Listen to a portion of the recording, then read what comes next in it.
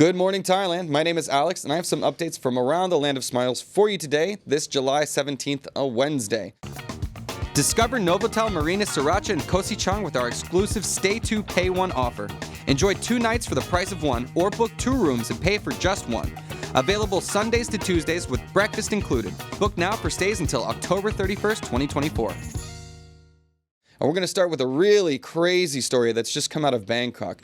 Now, 6 Vietnamese nationals have been found dead in a Bangkok hotel. 6 Vietnamese nationals found all together in the same room, dead at a luxury hotel in Bangkok after allegedly drinking poisoned tea and coffee. Now, the victims were discovered in a 6th-floor room at the Grand Hyatt Erawan Hotel, according to sources. They were scheduled to check out that day, but initial reports of a shooting were dismissed by police, who found no signs of struggle. Now, the deceased, including 2 who also held American citizenship, have been identified, and the families have been notified. Now, the police suspect poisoning and are investigating the possible motives, including business or personal conflicts, or even a cult-related sacrifice. Yeah, I don't know. I gotta say, my money might be on the latter one. We don't really have the details about what could have motivated this horrific incident. But 6 people in a room drinking poison together, that has some, familiar culty undertones to it. So we'll have to see what these people were connected to back in Vietnam, what they were doing here in Bangkok, and then what could have possibly motivated them to all take their lives simultaneously. Maybe this could be a Jonestown situation. Maybe some people were coerced into it. Who knows? But we're going to be following this story and try to keep you updated on what the hell just happened here in Bangkok. Yeah, let's see. So, An Pierre says 2 American Viets. That's another thing. Some of them did hold American passports as well. Very interesting development in that story. Yeah, yikes. Stayed at that hotel way back in '95, says Scott. Yeah, that's, it hasn't been officially a thing. Some outlets have reported it as the Grand Hyatt, but that's one of those things. You got to be careful with your defamation stuff. However, if it happened there, them's just the facts of the story. Yeah, a nice hotel. So you have to imagine these people had resources and means of some kind as well. Weird one. It's going to be fascinating to see how it unfolds, and we'll bring you the details as they come out over the next several days. Now, Elliot says, this is going to have a huge impact on the occupancy of the hotel and maybe other nearby hotels, at least in the short term. Parents got married there in '95. Wow, congratulations. One of those things, though, it wasn't a violent crime, right? Like, that was the thing. Like, it was, no violence was detected. They were only detected because they were meant to be checking out, right? There was no disturbance or anything like that. So, yeah, I don't know. I hate when these things happen that could affect businesses. At the same time, we got to get to the bottom of it and have to understand the truth and the facts of what happened so that we can try and prevent this kind of a crazy story from happening again. Yeah, Scott says, nice hotel, nicest lobby he's ever seen. So, hey, kudos to Grand Hyatt for putting on a good show, or, making it a nice place to stay. But unfortunately, bad things can happen, especially when you have thousands of guests coming through all the time. Who knows? The crazies come in. We'll see. All right, well, anyways, going to move on to our next story, which also involves an unfortunate tragedy. Now, this is going to be a weird one. Let me know what you guys think. But a man has killed his wife in a drunken rage over a hygiene dispute. Now, in Royet, a man killed his wife in a drunken stupor after she hadn't bathed, allegedly. Now, the incident occurred on July 14th when Wacharin, 53, struck his wife, Praitun, 44 years old, with a wooden stick. He later moved her body, not realizing that she was dead, and sought help from neighbors. Initially, he claimed she slipped in the bathroom, but later confessed to the assault. Police detained Wacharin and are gathering evidence and witness statements for prosecution. Okay. Just a terrible, shocking story. You never know, like, I guess, sometimes things are the last straw, and a funky smell might do it to you. However, this man was absolutely drunk, took a stick, Apparently the intention was not to kill, but to maim, to beat. And this is why domestic violence is absolutely unacceptable, no matter what the situation, because the violence can escalate to the point where somebody is gravely injured, and in this case has died. So the book will be thrown at this man. He's 55 years old. I don't think he'll be seeing breathing free air for the rest of his natural born days. And it just goes to show you, man, there's no excuse. Alcohol's not an excuse. Your actions have irreparable damage. You will be facing the punishment for that crime. Anyways, that one was a weird one to me, considering that hygiene was the motivation. Like, what a small thing to snap and lose your mind over, and obviously take a life and ruin your own. A word of warning to all of you. Treat your spouses with respect and care. All right. Yeah, John's Journey says about the last story, sounds like a cult thing. That's my initial instinct as well. About San Francisco, good morning. Hey, thank you for joining us. Teddy Bear, welcome. Let's see. QZ says spot on with a stand on domestic violence and where that can end. Thank you very much. It's something that we've reported on a little too much here at the Thaiger, and it's something I like to call attention to as a fair warning to everybody else. You can end up ruining your own lives, including that of your partner. So, guys, seek mediation, seek outside help. Don't resort to violence. That's for sure. Scotty D also makes a good point. Please hit that like button. Please hit that subscribe button if you haven't already. Yes, Mandalik says he's going to have a bath permanently in jail. Yeah, I think actually he won't be bathing. He'll be in the showers if he's lucky to get that at all. So anyways, lives ruined. Let's move on. Now, okay, we're talking about deaths of a different kind, natural ones of fish populations, right? So, weird one coming up again. The Bangkok governor is investigating mass fish deaths. So that's right. Governor Chadchat is inspecting the Buang Makasan in Ratchathui district due to a mass fish death incident, primarily affecting Nile tilapia and some black-chin tilapia. The deaths were likely caused by oxygen depletion after water levels were lowered for rainwater preparations. Fish gathered near tunnels with higher oxygen levels, and Chadchat expressed concerns about the spread of black-chin tilapia to other areas. Maintenance on water treatment equipment had reduced oxygen levels, but it is now fully operational. Further investigation into water quality and fish spread is ongoing. Yeah, gross. Can imagine the smell. Nasty. So it's a pretty interesting story. They lowered the water levels in order to prepare for the monsoon season. Now, the rains didn't come in the levels that they were expecting, as they usually do. It can be unpredictable here in Bangkok, but the weird part was just the sheer concentration of those fish in that area. That's also something that took the authorities by surprise. So maybe a population problem going on, but hopefully they can get to the bottom of it, figure out why they were all there, and also to make sure that these waterways are functioning properly, so whatever natural life is under those murky canals here in Bangkok can still survive and thrive. But yeah, I shudder at the thought of the smell. What do you think could have happened, guys? Let me know. Yeah, Shano says they drown the poor things. Oxygen deprivation is not a good way to go. And yeah, the footage is just kind of sad, right? You see them all struggling and flopping over each other, trying to just cling to life. So yeah, hopefully the authorities can get to the bottom of it and prevent that from happening. The canals smell bad enough without mass fish deaths going on. Let's see. Mandalik says rain and Jay unpredictable. When they come and go, nobody knows. Correct. Sorry, that's for sure. Anyways, our commander in chief, our COO over there, he'll be gracing us with his presence shortly or soon. I'm sure, sometime this week. All right, moving on to an interesting story coming out of the education system here in Thailand.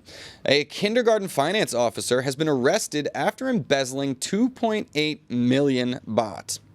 That's right. This financial officer, Nakhon Sawan, was arrested for embezzling over 2.8 million baht from a bilingual program.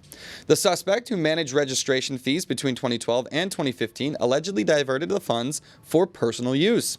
After an investigation by the Public Sector Anti-Corruption Commission, or PACC, revealed the theft, an arrest warrant was issued in September 2023. The suspect fled, but was apprehended in Chiang Mai and taken to the Criminal Court for Corruption and Misconduct Region 6 for legal proceedings.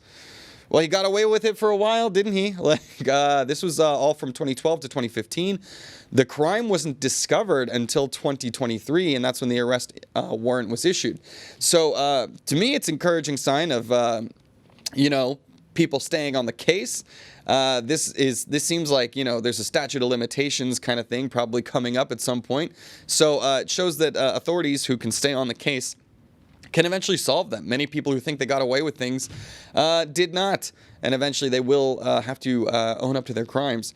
2.8 million baht, man. That's a lot of teacher supplies. So good for them, bringing him down, tracking him to justice, and we'll see what kind of punishment is meted out.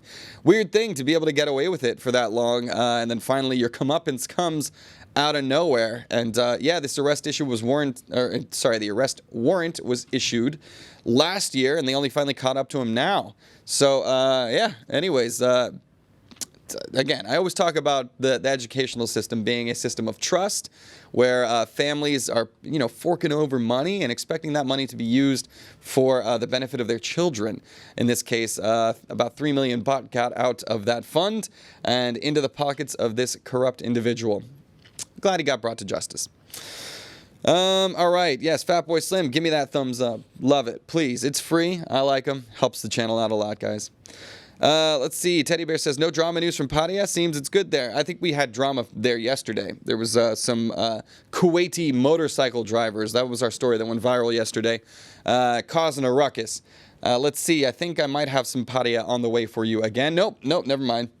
We're still in Bangkok. Apparently, it was a crazy day in Bangkok yesterday. So let's get on to the next story, where we have some foreign nationals involved in some violent crime. So, 4 nationals, 3 British and 1 Danish, were arrested in Thailand for violently robbing a British cryptocurrency trader. The trader was invited to an apartment in Bangkok, tied up, beaten, and forced to contact his girlfriend to collect valuables, resulting in a theft of about 3 million baht. Now, the suspects, identified by authorities, where you can check them on our website, all British and 1 Danish, are charged with armed robbery and other offenses. They deny the charges. Police tracked the suspects to Pattaya, there's your Pattaya shout out, using a hotel registration system, and another suspect was caught at Bangkok's airport. A 5th suspect is wanted, but has left Thailand. Terrifying stuff. The world of cryptocurrency is, it seems like it's rife for some bad actors, especially because the transactions are so limited in their scrutiny. So it seems like it's, especially if you're flaunting it, there are so many cryptocurrency influencers that in my mind have a bit of a little bit of a target on their back if they let their wealth be known, and especially if they're traveling to I don't know. Thailand's safe, but this guy was lured into a hotel room where he was tied up and beaten for his passwords and things like that. So, anyways, most of them have been caught. It's just, it's wild to me. Thailand is such a lovely place, especially if you're coming from those richer nations like the UK and the Netherlands. Your money's going to go farther here. What's going to possess you to do these crimes? I guess greed makes sense, but my God, it's the land of smiles. Your money's already more powerful here. Just settle down, have some fun, find some legitimate employment. Maybe that'll be work. That could work. But yes, the prison for the mugs, says Shano. Yeah, agreed completely.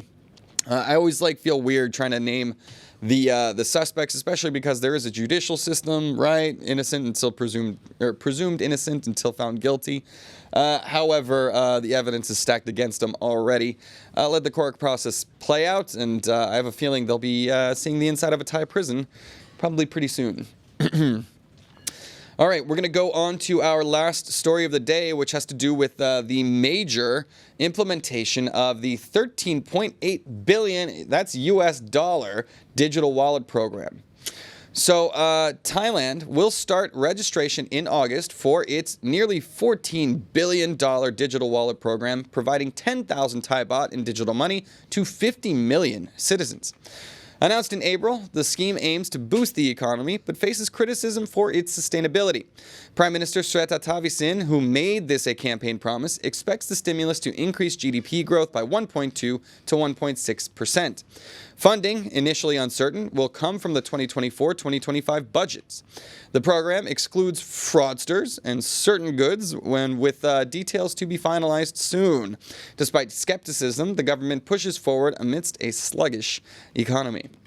Yeah, so problems in the Thai economy. It is a bit slower. However, tourism does seem to be booming, so there is that end of things as well. But I imagine it's other sectors of the economy that are slowing down.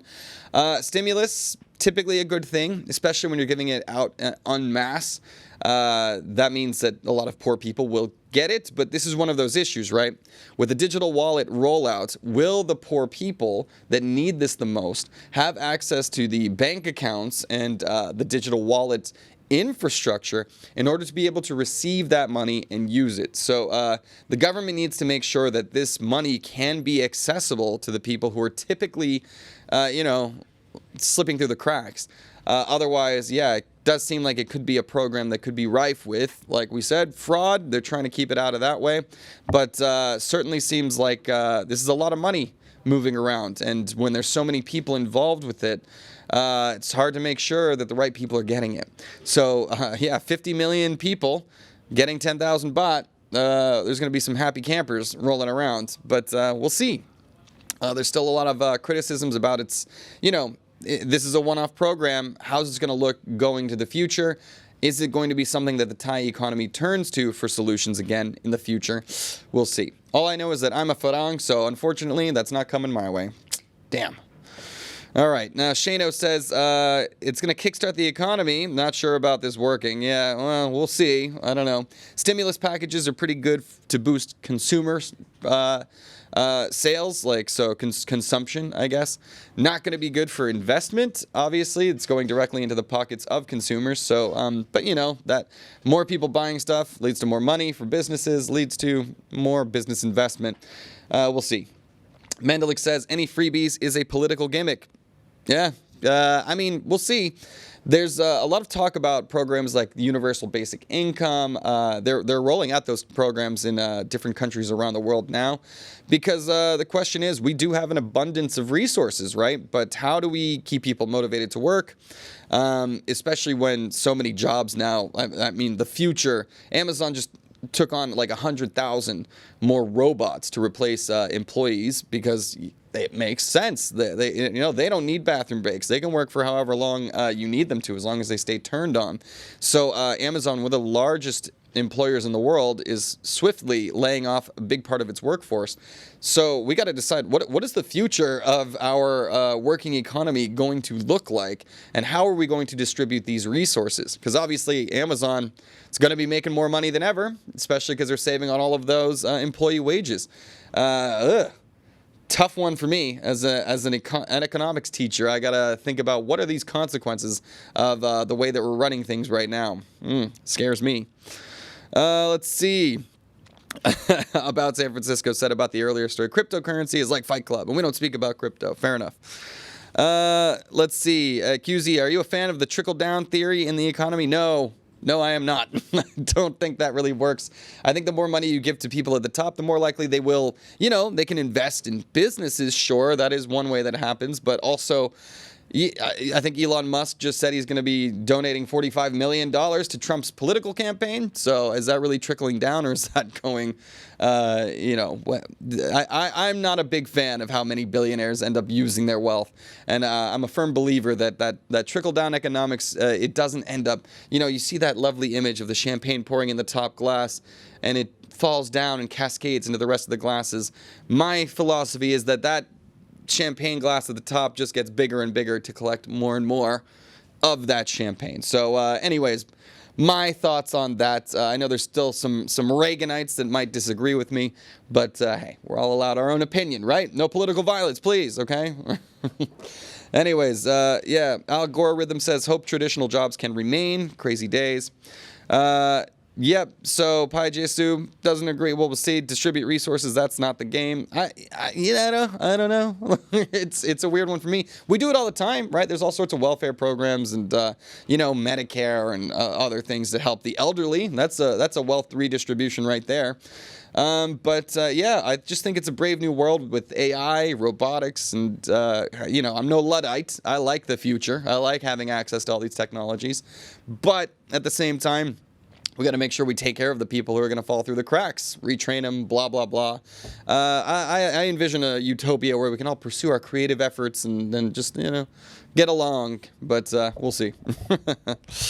All right. Anyways, guys, that'll do for our Thailand news.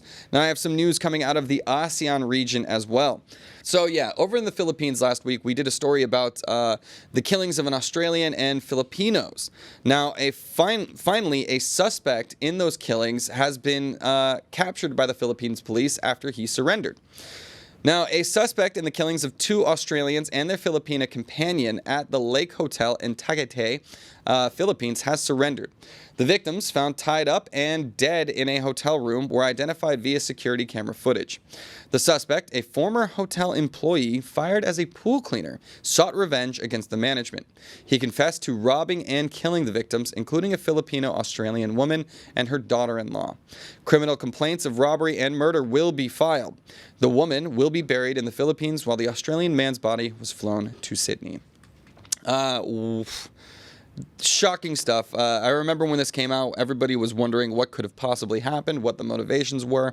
Now we know it was a simple robbery gone bad with a man who was out of a job. And here we were just talking about it in the last story. This is what happens when people lose their jobs. Crime goes up and people become more desperate and turn to extreme solutions. Now, this was also revenge motivated, but against the hotel staff. This is against the hotel itself. What do these guests have anything to do with it? So this is definitely a problem that Philippines deals with reputationally, the danger that can be involved, particularly for tourists. And this kind of story is going to have a huge impact on Australians who might be considering going to the Philippines for holidays. And, of course, the Philippines itself. Who now might be facing some backlash in that tourist sector because nobody wants to go on vacation and get murdered. I think that's something we can all agree on there. So, tough story. At least they found the guy, and now maybe the family can have some peace knowing that he will be brought to justice. I have a feeling being in Filipino prison is probably a fate worse than death, honestly. So I have a feeling he'll be there for the rest of his God-given days. Yeah, Shano says, oh my God, ex-employee. Again, what did the guests have to do with any of this? And if you're going to rob them, just rob them. You already had them tied up. Just baffles me what lengths some people will go to. And again, I hate to bring it back to that economics thing, man, but yeah, not having money, not having a purpose, not having a job makes people do crazy things. So, yeah, everywhere you see the economy is worse, crime goes up. It's just a normal statistical analysis. And, yeah, unfortunately, we're experiencing an economic downturn here in the ASEAN region these days. So hopefully we can get back on track and less of these stories. More GDP stories, a little bit more boring. All right, now on to our last story. Unfortunately, man, I'm sorry, guys. No fun ones for you today. We're heading over to Vietnam. African swine fever has been spreading in Vietnam. So African swine fever, or ASF, outbreaks are spreading in Vietnam, threatening food supplies and inflation, according to a government document. Vietnam has culled 42,400 infected pigs this year, nearly 5 times more than last year, with 660 outbreaks detected nationwide compared to just 208 last year. The government has ordered provinces to prioritize vaccination funds to curb the spread. Vietnam approved the first commercial ASF vaccines last year, though further testing was recommended by the World Organization for Animal Health. Rising pork prices due to ASF contributed to a higher consumer price index in June, with food prices up 3.23% from the previous year. Yeah, that'll have an impact on things, man. When the swine flu was outbreaking, then all of a sudden you have no supply. And when the supply goes down, the price goes up. Simple economics there. But what scares me about this is that, this is the kind of disease that could spread after human consumption of this meat. Fortunately, the authorities are nipping it in the bud, but it will have an impact on the bottom lines over there, the wallets. So, I'm tired of disease news, man. Like, we gotta figure this out. Fortunately, there's a new vaccine that might be able to help protect the livestock over there and stop this spread from happening.